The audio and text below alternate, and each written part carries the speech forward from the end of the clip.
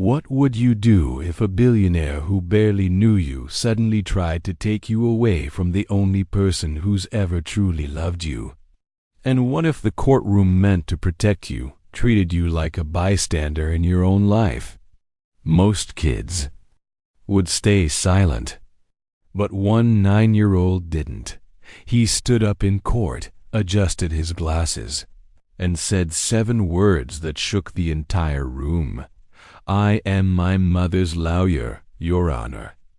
What followed was not just a legal battle, but a revolution led by a child who used nothing but library books, a school notebook, and unstoppable courage to expose a man, dismantle a lie, and rewrite the rules of justice. This is the story of Marcus Gray, and it will change the way you think about power, love, and the voice of a child forever. There are moments in courtrooms when justice doesn't just wear a robe and hold a gavel sometimes. It stands barely 4 feet tall, clutching a school notebook, wearing thick glasses, and carrying the weight of a family's future on its shoulders. And sometimes that small figure doesn't wait for permission to speak, it demands to be heard, because the truth inside their chest burns hotter than fear. This story begins not with a judge or a lawyer, but with a 9-year-old boy named Marcus Gray, standing beside his exhausted mother in a custody hearing that was supposed to be just another legal formality. Marcus wasn't supposed to talk. He wasn't supposed to argue. And he definitely wasn't supposed to know the law.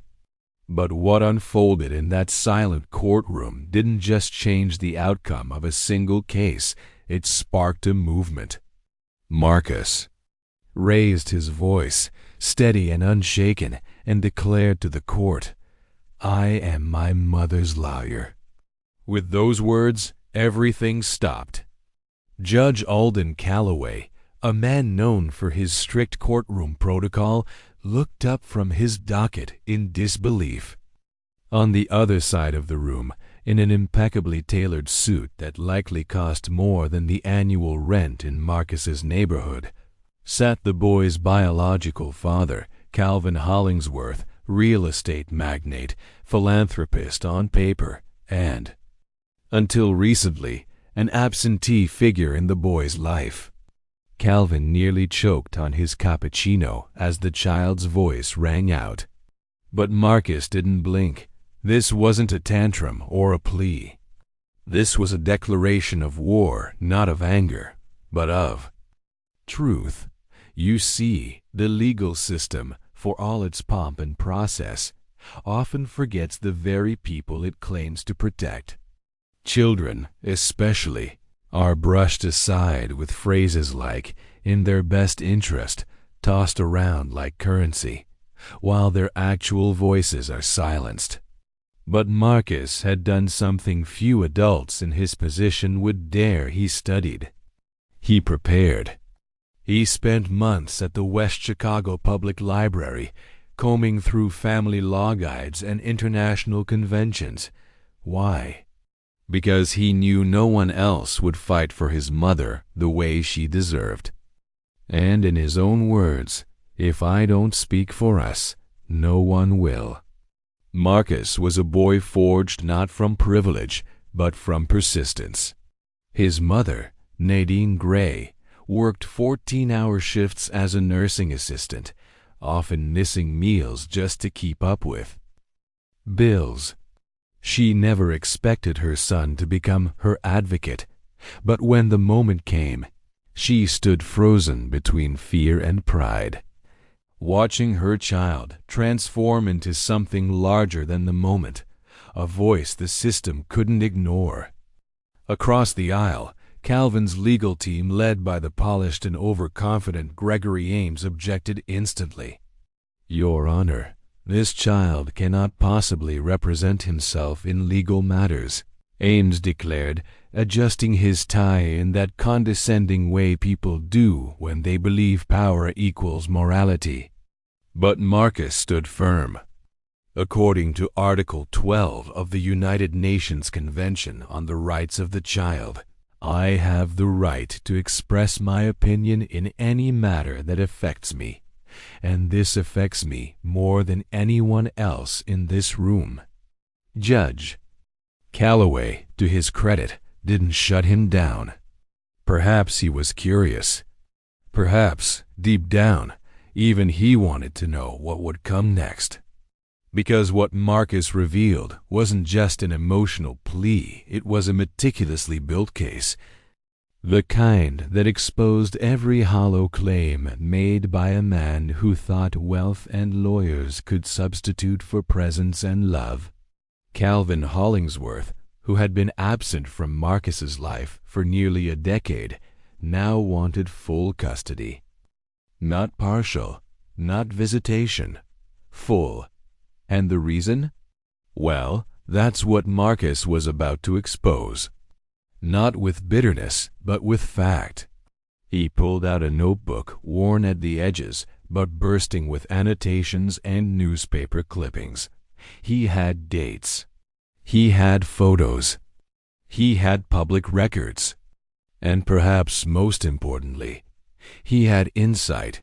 He understood the game being played, even if no one expected a child to recognize the stakes.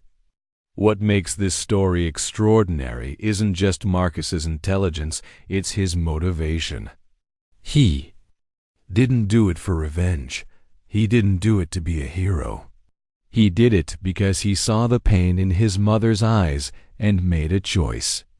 A choice to fight back not with fists, but with truth. And if you think this is just a courtroom drama, think again. This is the opening salvo of a revolution, one led not by politicians or activists, but by a child who refused to be underestimated. Because when systems fail to protect the vulnerable must sometimes become the system.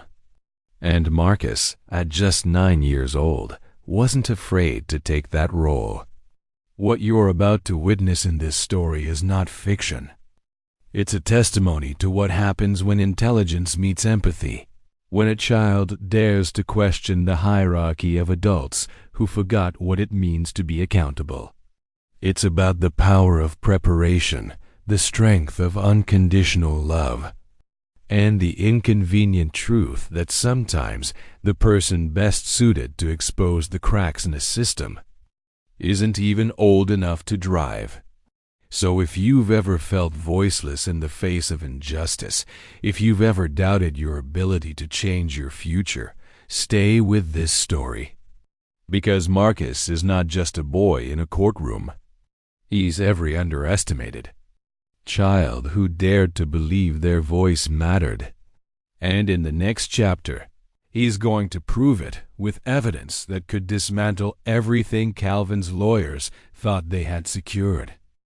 The air inside the courtroom had thickened. No one spoke, but everyone listened. Marcus Gray, barely tall enough to see over the edge of the defense table, opened his notebook again, this time flipping to a carefully marked tab labeled Background. Parental involvement. The words were handwritten in blue ink, underlined twice. Marcus cleared his throat, then spoke not loudly, but deliberately.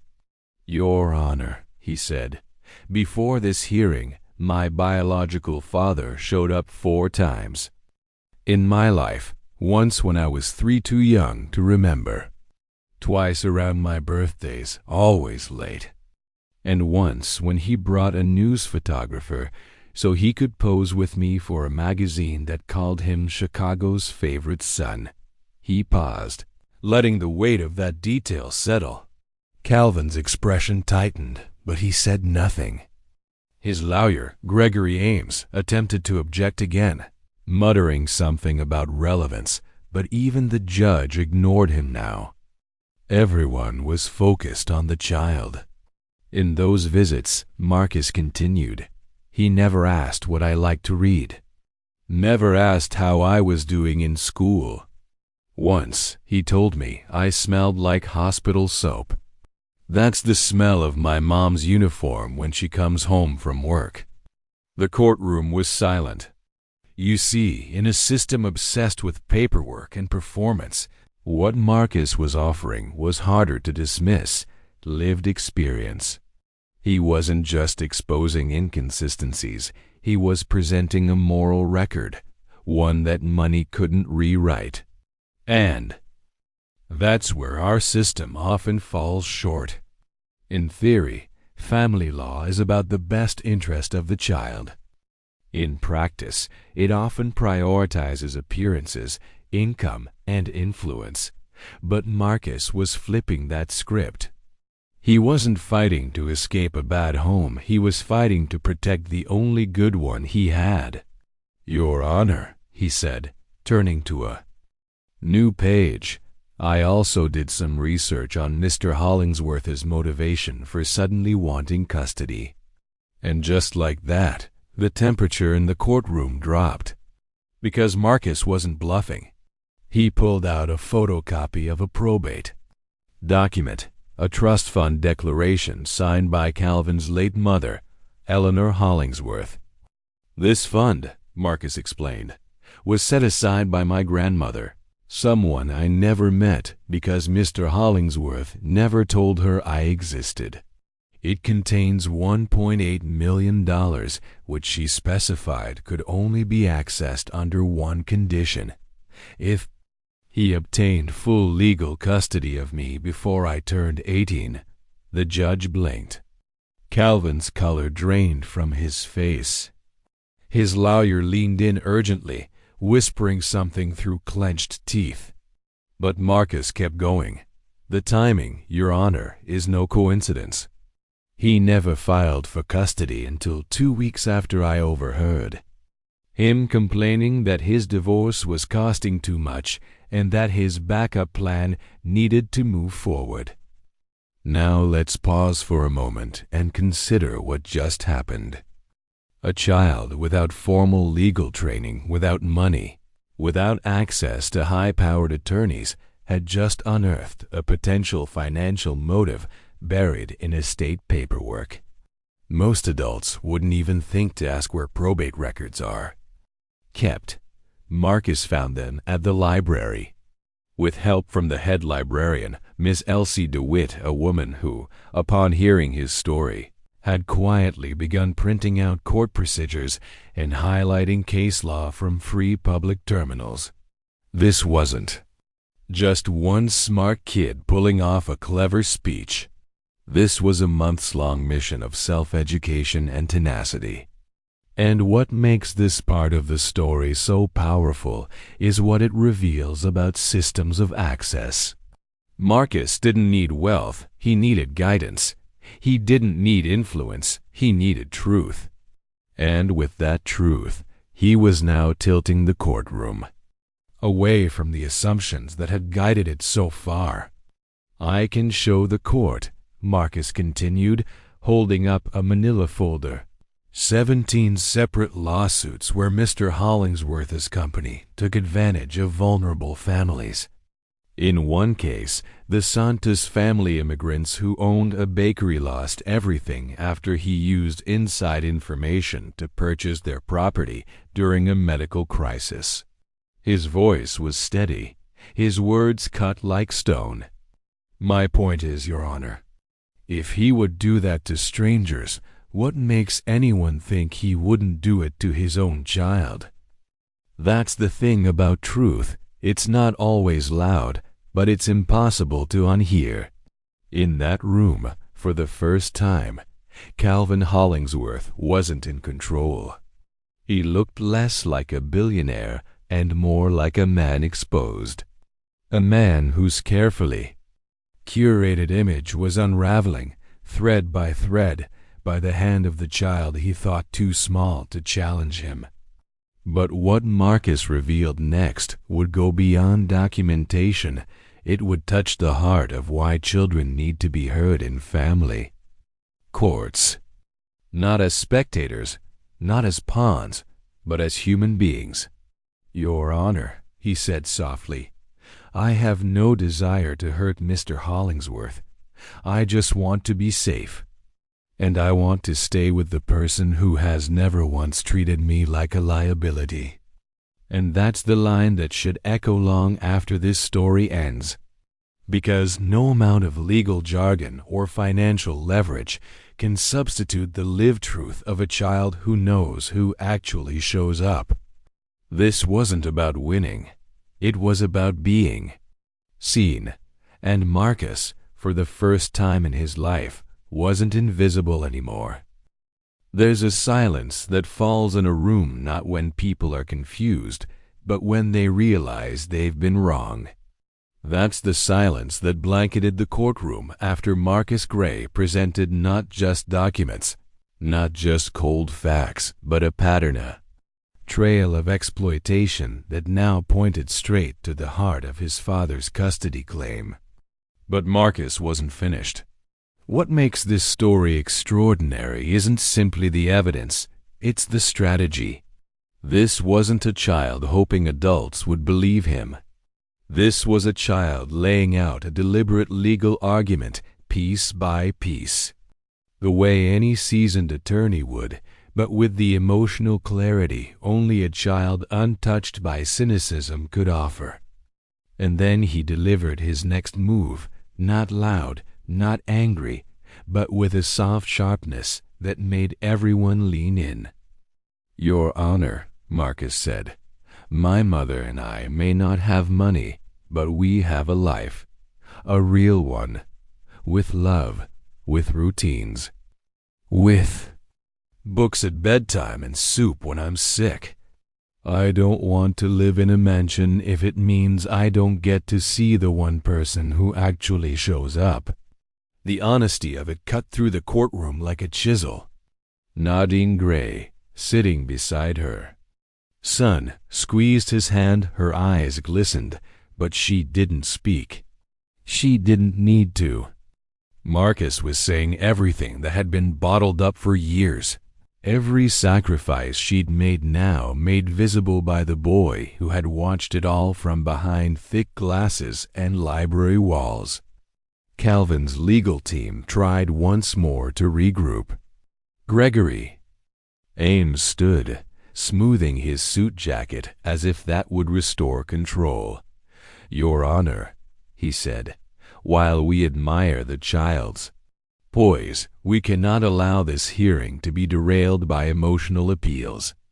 The fact remains Mr. Hollingsworth can offer superior education, a stable environment, and significant financial resources. But Marcus, ever prepared, had anticipated that line of attack. "Your Honor," he said calmly, "I'd like to present a recording. It's from Mr. Hollingsworth's last visit to our home." The shift in the room was instant. A recording from a child? In a legal hearing, Judge Calloway adjusted his glasses. "Are you certain you want to admit this into evidence?" "Yes, Your Honor," Marcus replied, reaching into his backpack and pulling out a small digital recorder. "Ms. DeWitt from the library taught me that when the truth matters, it's our responsibility to document it." This is where the story transcends the courtroom. Because what Marcus was about to do wasn't just about the law. It was about calling out a lie in real time, with proof. He pressed play. The recording began with background sounds muffled. Conversation, the creak of a chair, the faint clink of a coffee cup. Then, unmistakably, Calvin's voice. "As soon as I get custody, the boy's going to Brookside Military Academy. It's isolated, strict, and knows how to deal with difficult kids. He'll be there till he's 18. The trust will pay for it. It's a clean solution. She's out of the picture. I get access to the funds, and no one's the wiser." The room froze. Even the court reporters stopped typing. Gregory Ames's jaw tensed. Nadine gasped quietly. And Calvin's face turned the color of ash. But Marcus didn't look at him. He kept his gaze fixed on the judge. "There's more," he said, and fast-forwarded the recording slightly. Calvin's voice returned, this time more cutting. The kid's too clever for his own good. Always watching, always asking questions. Frankly, he's a liability. He'll be fine, just needs to be out of sight until I can sort the rest out. There's something about hearing someone's real intentions in their own voice that written evidence can't replicate. The courtroom wasn't just hearing strategy, it was hearing contempt. It was hearing a man plotting to discard his son for financial gain while pretending to be a hero. But Marcus wasn't angry. That's what made it so haunting. He was resolute, unflinching, and when the recording ended, he simply said, "That's who wants custody of me. Let's pause." This part of the story reveals something deeply uncomfortable. That in family court, wealth often walks in wearing the mask of stability. But Marcus tore off that mask. And what was underneath wasn't just selfishness, it was dangerous indifference. So why did it take a child to uncover the truth? Because the adults who were supposed to ask hard questions didn't. Because systems often assume money means morality. But children know better. They see the truth when no one else is looking. Judge Calloway was visibly rattled. "Mr. Hollingsworth," he said slowly, "do you have any response to this recording?" Calvin opened his mouth, then closed it. His lips moved, but no words came out. There was no explanation that could fix what had just been heard. But Marcus wasn't finished yet. "Your Honor," he said, "Brookside Military Academy isn't just strict. It's under federal investigation. In the last 5 years, 3 students have died there by suicide. Dozens of reports of abuse. And this is where I was going to be sent, without even knowing it, so that someone else could access my inheritance. This wasn't just a custody battle anymore. This was a full-blown exposure. A child had peeled back the layers of power. And underneath it all was a desperate man using the court system as a tool of personal gain.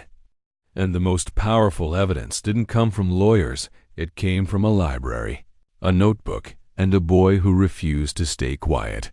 As Marcus stood there, closing his folder, a simple truth emerged. He wasn't fighting to win.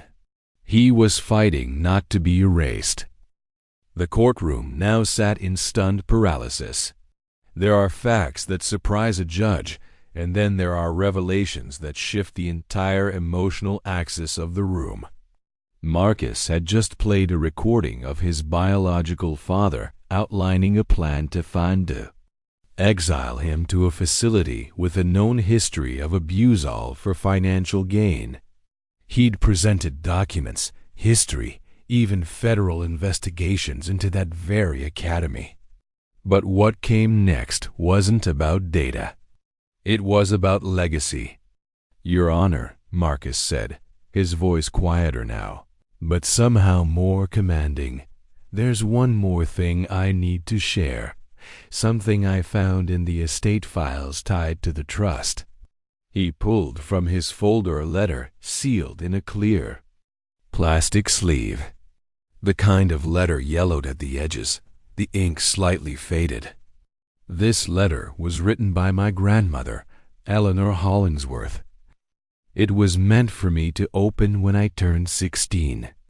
But under Illinois probate law, and with the help of the librarian who taught me how to file a records request, I was allowed early access because of this custody dispute. The judge motioned for Marcus to continue. Calvin was no longer protesting. He had slumped slightly, his hands clasped, his jaw clenched so tightly that a muscle in his cheek twitched with every word the boy spoke.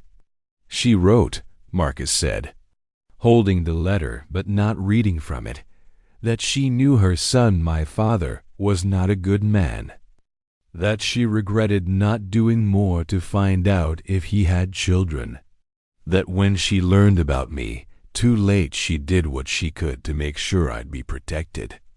He finally looked up, meeting Calvin's eyes for the first time since the Sinki hearing began. She hired private investigators, Your Honor.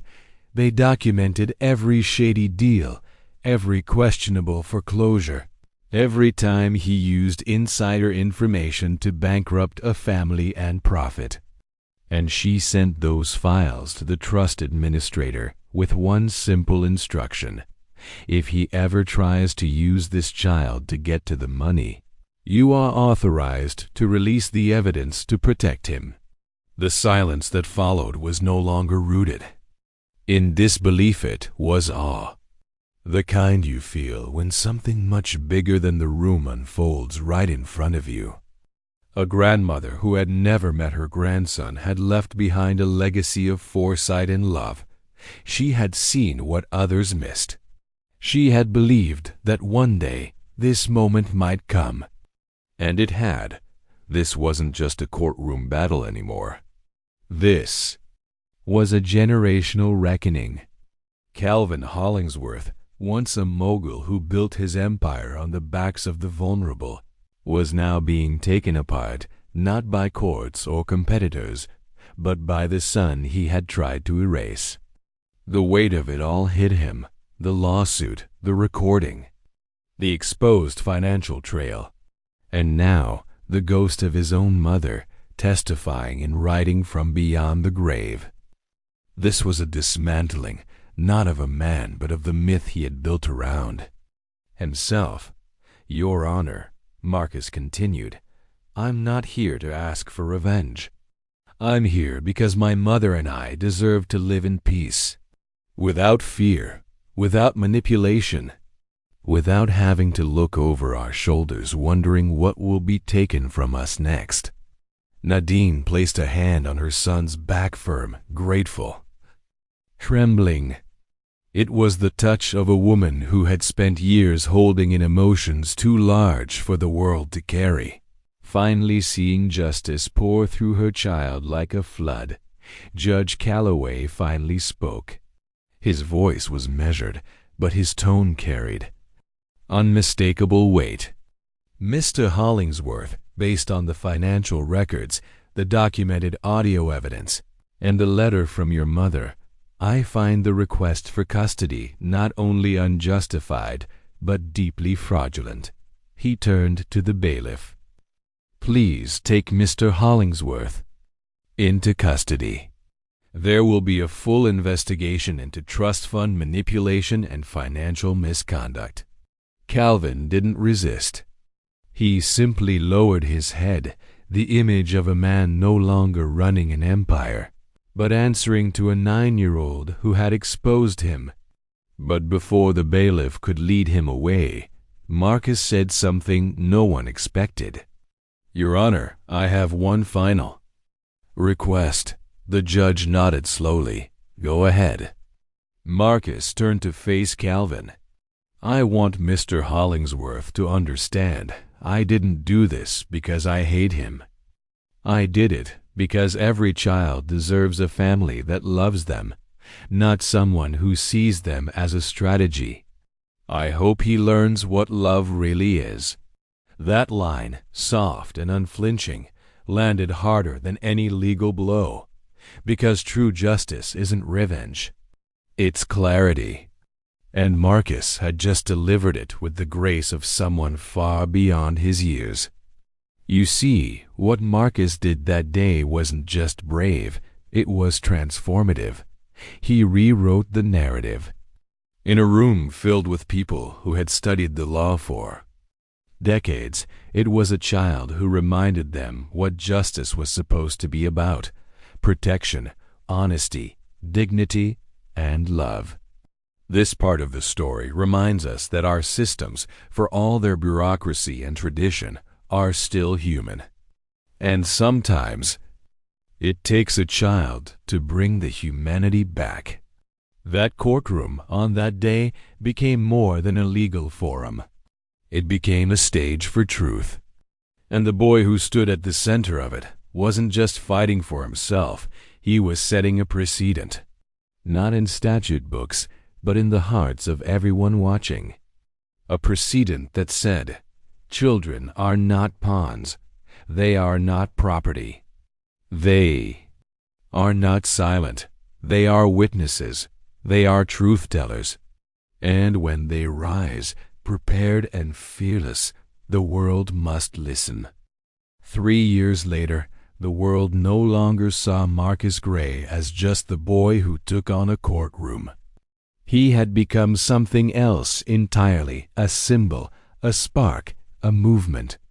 The footage from that unforgettable hearing had been leaked to the media within days, and it didn't take long before it spread like wildfire. In a matter of weeks, clips of Marcus standing tall in court calmly quoting the law, revealing the truth, were on every screen, every news cycle, every social feed. And something unusual happened. People listened. Not just out of curiosity, but out of recognition. Because somewhere in Marcus's voice, they heard something they had been missing in the noise of adult arguments' clarity. You see, there's a kind of honesty that only children possess. Not the naive kind, but the unfiltered kind. And Marcus had wielded that honesty like a scalpel, slicing through the illusions and legal armor that adults often hide behind.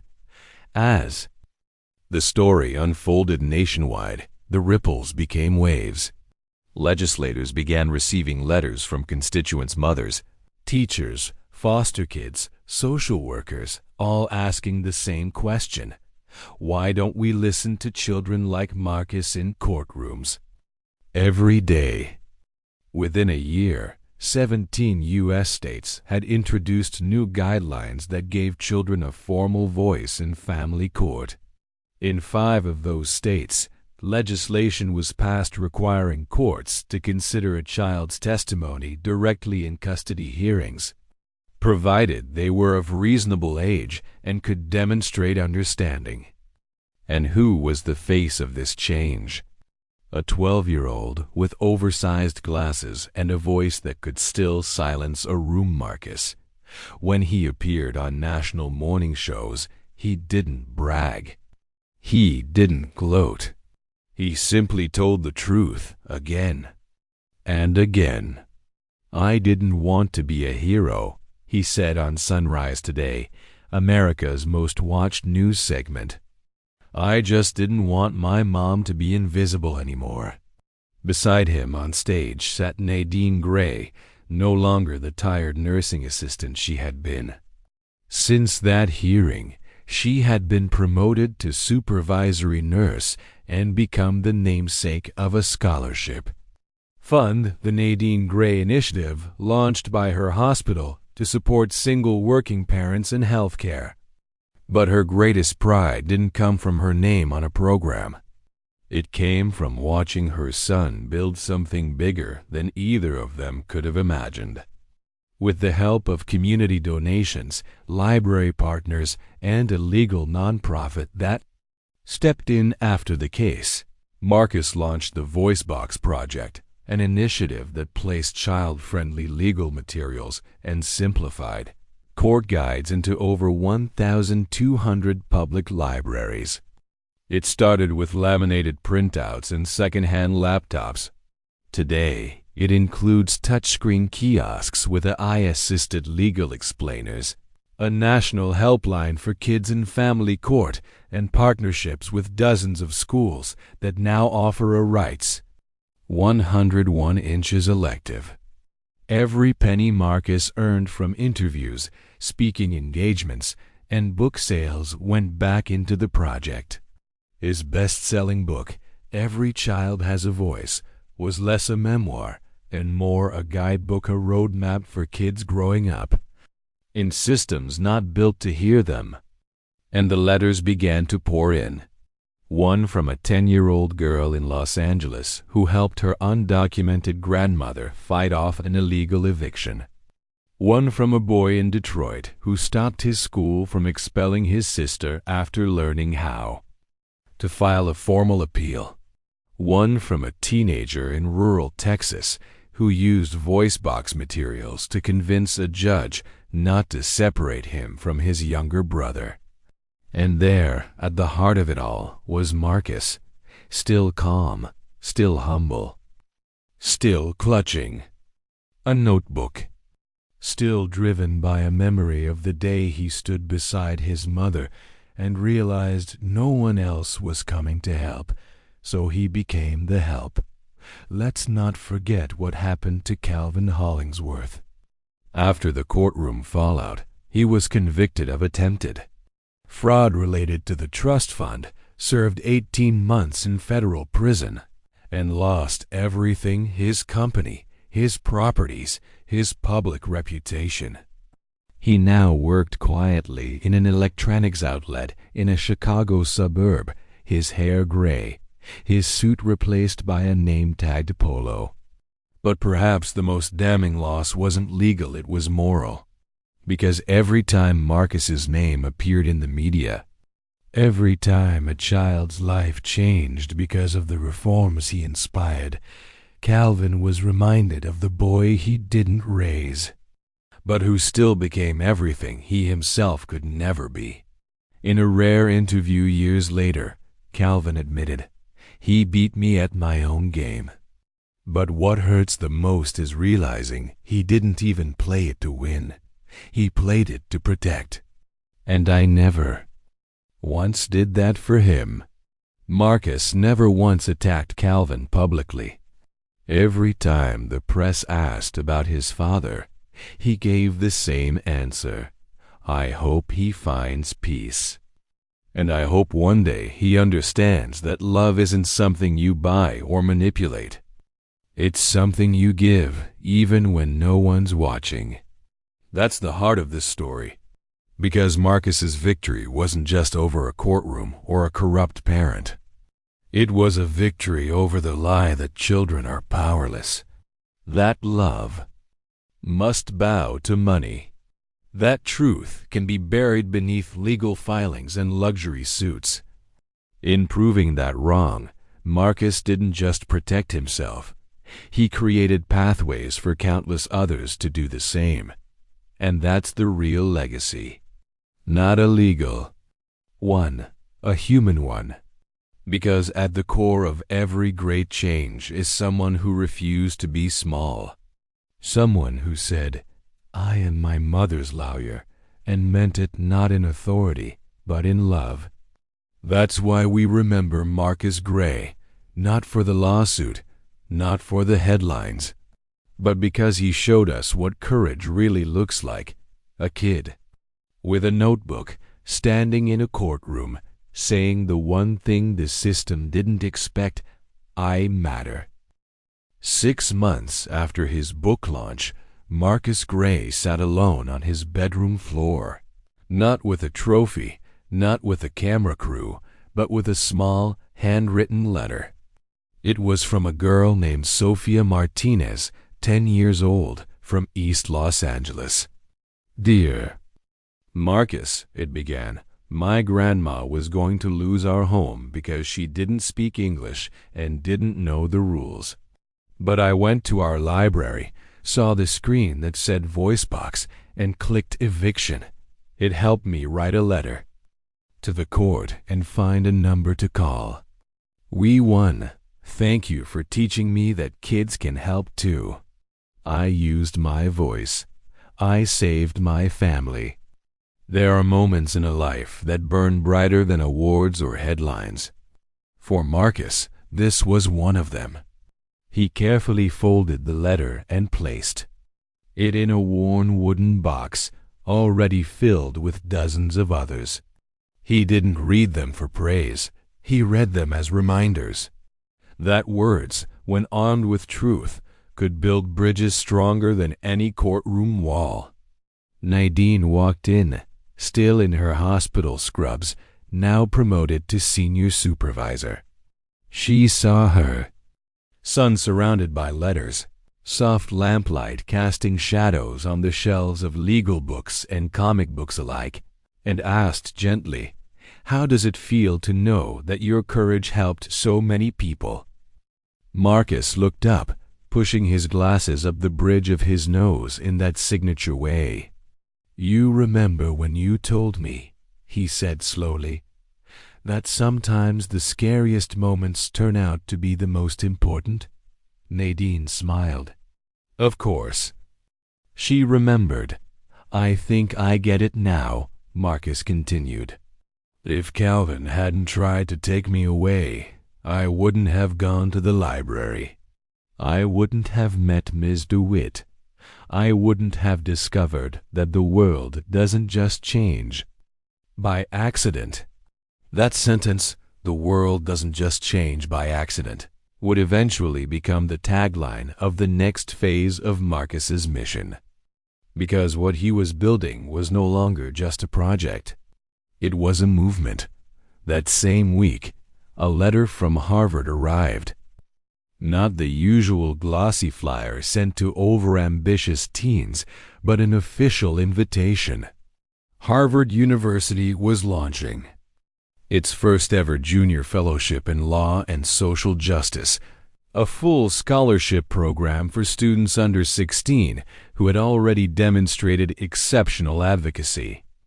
Marcus had been selected as the program's inaugural recipient.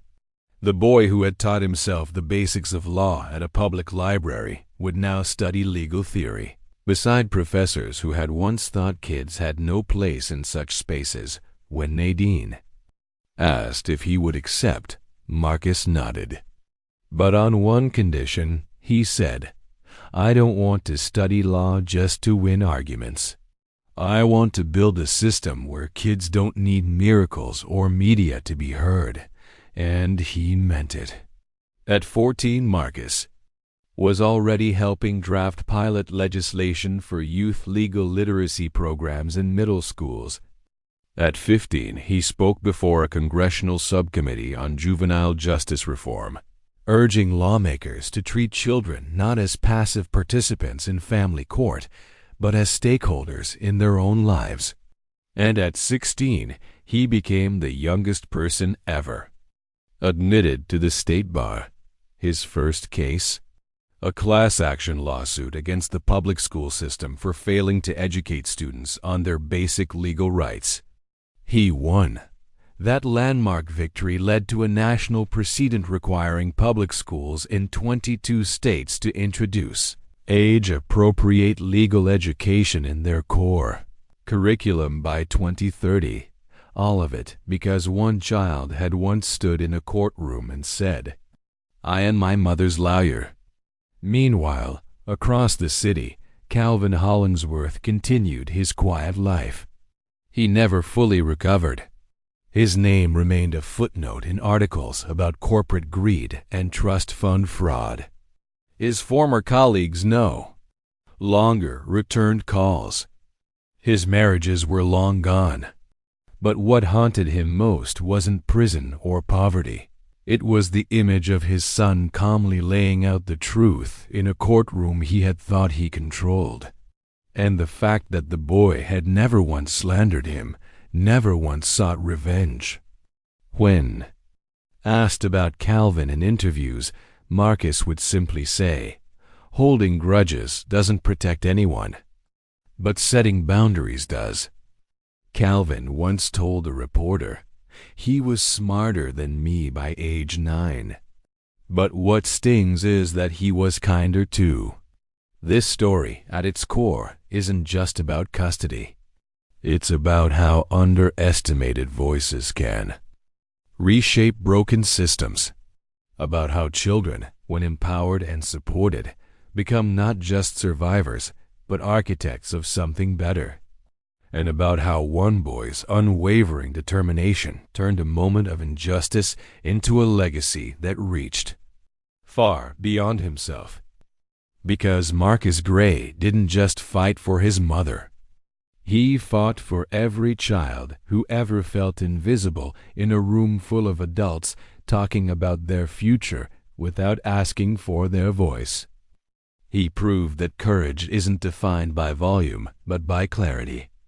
That truth doesn't need wealth, it needs patience, and that love, when fiercely protected, can defeat even the most powerful lies.